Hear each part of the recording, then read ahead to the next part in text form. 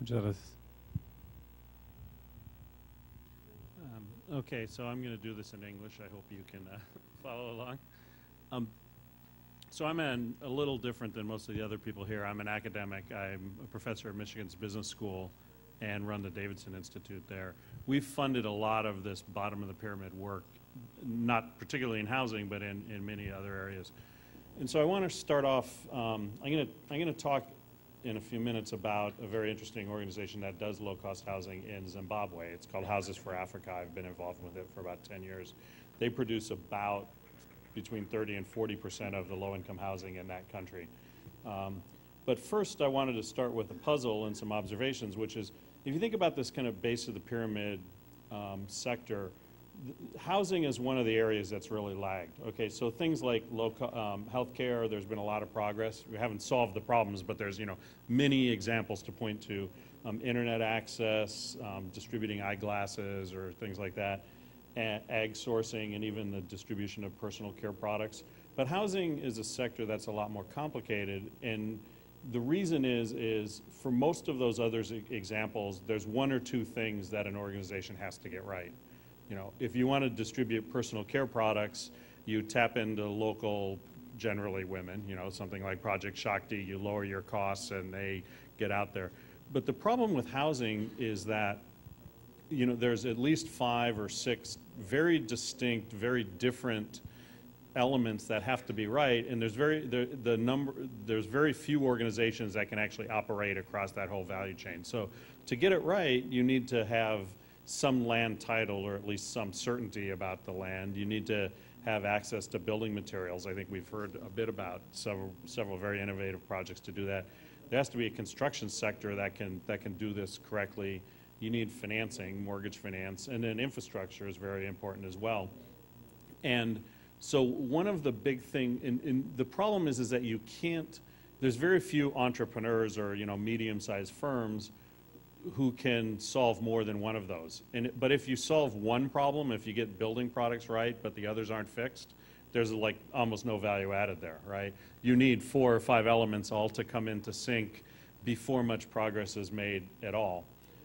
So it's basically a coordination problem, and I'll talk in a minute about there's several ways to solve that.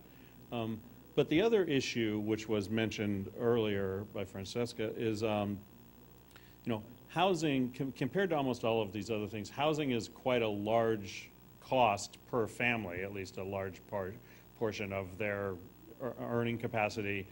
And the need is so big that subsidies are bound to play a really small role. So if you're doing healthcare, like you're doing vaccines or simple interventions, you can get USAID to fund it because the human payoff is so big relative to the cost. Now, the human payoff is huge to having housing, but the cost is much, much higher as well. So there is a role for subsidies and grants, but it's going to be a much smaller role. It's going to be largely private sector solutions with kind of targeted interventions on the land and these types of things. So, so my conclusions as a general role, and then I'll tell you about the Zimbabwe organization, is, first, to address the housing issue, there needs to be some mechanism to solve this coordination problem. The story I'm going to tell you is about this Houses for Africa company.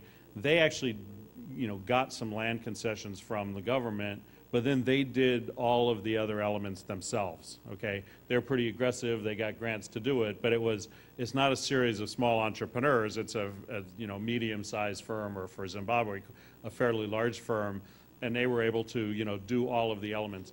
Now, there's some geographies where either an NGO or a government agency can play that role, but that's tough, But what we can't do is just look to social entrepreneurs to solve it on their own. The second thing is the major way to get around this subsidies aren't big enough issue is most of the work has to be done through local sourcing. I mean, that's the best way to drive down costs at the bottom of the pyramid, or the base of the pyramid, is you get the locals to do the work. So let me tell you about Houses for Africa. It's run by a very interesting guy named Ted Galante, who's a friend of mine. He's an American, but married to a Zimbabwean woman, and he had gone down there. Zimbabwe is a country of about 12 million people, and they had a housing shortage of over 1 million units, okay? huge urbanization there as well, and people were living in these hostels with 20 or 30 people per room. And their problem was they had a very screwed up financial system. It was the kind of the old British system, the building societies, and the housing technology that they used was largely bricks and mortars, which is quite expensive in that region. So, you know, he had a couple of insights. One is he took what's called steel frame construction, or more, you'd be more familiar with it as strip malls, you know, so it's like, it's 2x4s and these kinds of things, you know, adapted that and built the frames of these houses, and then, you know, and then bricked them up on the outside so they looked similar. But he was able to take out of the construction, take about 40 to 50% out of the cost. Started with land concessions, wanted to do the building, but he found out, you know, the tariffs and the steel market was screwed up, so he partnered with somebody to build the steel. Did lots of training for the local construction people, so he didn't do it himself, but he trained these entrepreneurs to do it, got them certified, and then actually got some USAID money and partnered with local insurance companies who had a funding problem, right?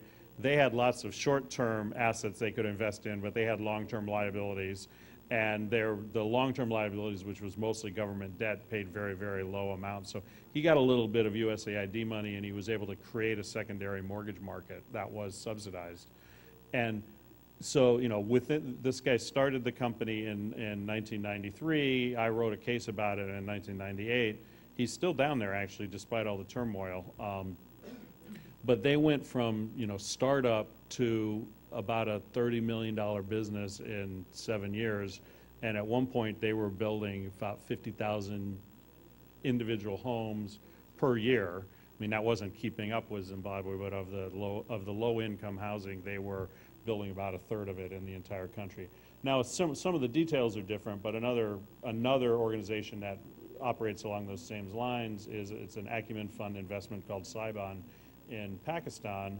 Same thing, they'll get land concessions. It's similar to what we were talking about here, where I believe 75% of the units are targeted towards low-income people, but they do the whole thing. They do the infrastructure, they do everything else.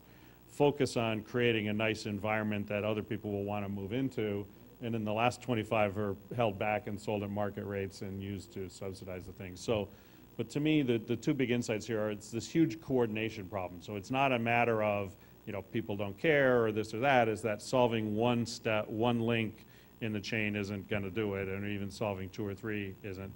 And that the second is you need to come up with business models where the subsidies they're relatively small and they're very targeted, because housing is such a big problem, you just actually can't depend on grant aid to do that. So, thanks. Thank you very much. Vamos a abrir a preguntas. Antes, si tienen preguntas, se las pasan por favor a Amanda. Yo creo que hablamos de vivienda, ¿no?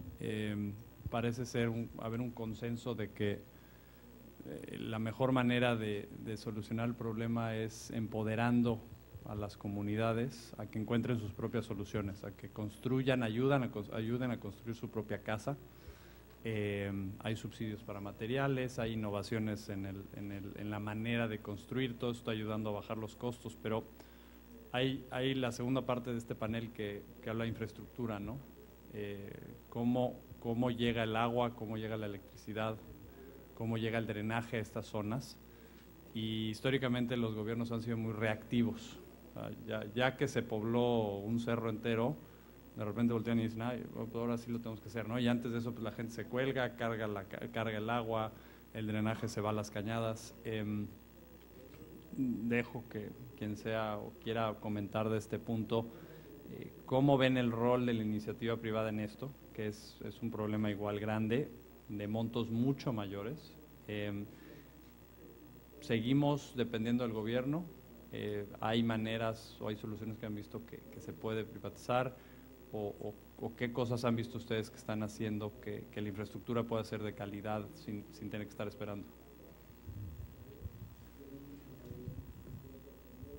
Sí, cómo no. El tema de la infraestructura es un tema muy importante. Sí, es mucho, el valor de la infraestructura es mayor que el valor de la vivienda, absolutamente. nosotros lo que hacemos es vamos e invitamos al gobierno estatal o municipal a que se sume al proyecto. Finalmente ellos no están poniendo nada, lo está poniendo, si existe un subsidio federal, en el caso lo está poniendo directamente hacia la familia, el esfuerzo de la familia, el trabajo, etcétera. Pero los gobiernos, sobre todo locales, no están poniendo nada más que el permiso es simplemente un trámite burocrático. Entonces le pedimos que se sumen, funciona, se suman con materiales o se suman con el ramo 33. En México tenemos un ramo que se llama el ramo 33 y es un presupuesto de gobierno que su finalidad es los mejoramientos de la infraestructura de las comunidades. Pero también tenemos que actuar de forma individual. No hay recurso suficiente como privado para poder cargarle a la vivienda la infraestructura necesaria. Si una vivienda promedio cuesta $8,000, quiero hacer mención que aquí hay varios compañeros, está Cemex, está Mexvi, está Convitec, por allá está la gente de MIA, está Casa Viva, hay mucha gente que se dedica a esto y no hay dinero suficiente, estaremos todos de acuerdo en que a la casa además le vamos a cargar la infraestructura. Entonces lo que hay que hacer para que la vivienda sea sustentable es las ecotecnologías, captación de agua pluvial. No tener captación de agua pluvial ahorita es verdaderamente un crimen, es algo que no se puede permitir, ¿no? Y obviamente la potabilización de esta agua, o por lo menos la forma de poderla tratar para poder ser utilizada por el ser humano, que es bastante sencilla si la captamos de la lluvia y directamente la aislamos. En el lado de la electricidad es mucho más difícil, las soluciones de electricidad siguen siendo muy costosas, todos estos paneles solares. Hoy tenemos la sorpresa de que en el speech va a haber alguien que propone una solución bastante económica y bastante viable para poder dotar de luz al menos de forma individual a cada una de las viviendas. Y el drenaje lo que hemos encontrado es los biodigestores. La fosa séptica ya es un buen paso, cancelar la letrina, eso definitivamente, la fosa séptica es un buen paso y el biodigestor es un muy buen paso. Obviamente hay una lucha cultural en el uso de estas tecnologías, pero lo que nos permite es salvar que las aguas residuales permeen al subsuelo y contaminen los mantos freáticos. Entonces tiene que ser una combinación, pero sin esperar que el gobierno vaya a poder dotar de infraestructura, sí actuar acorde con el gobierno, no hacer esos desarrollos de vivienda autoconstruida y mucho menos apoyarlas en zonas de riesgo o en zonas de invasión, y sumarle la parte sustentable y después poco a poco ir sumando lo que el gobierno pueda poner. Okay, gracias. ¿Alguien más quiere colaborar? Si no hay un par de preguntas interesantes. La primera es para Stephanie. De Marco Rodríguez de Tule Diseño, que dice que si has oído alguna experiencia de desarrollo de vivienda hecha con shipping containers. Si no es así, ¿cuál es la razón? ¿No? Okay, a la fecha no tuvimos esta experiencia. La única experiencia o el programa que se enfoca en nuevas casas está en la India. Estamos todavía buscando cómo bajar el costo de la vivienda. Ahora tenemos como viviendas de 40 metros cuadrados para alrededor de $8,000, incluyendo terreno y todo. Pero vemos que innovaciones en términos de bajar de construcción, de diseño de vivienda es muy importante. Estamos muy abiertos a considerar otras tecnologías que podrían ayudarnos a bajar el costo de las casas. Ok, gracias.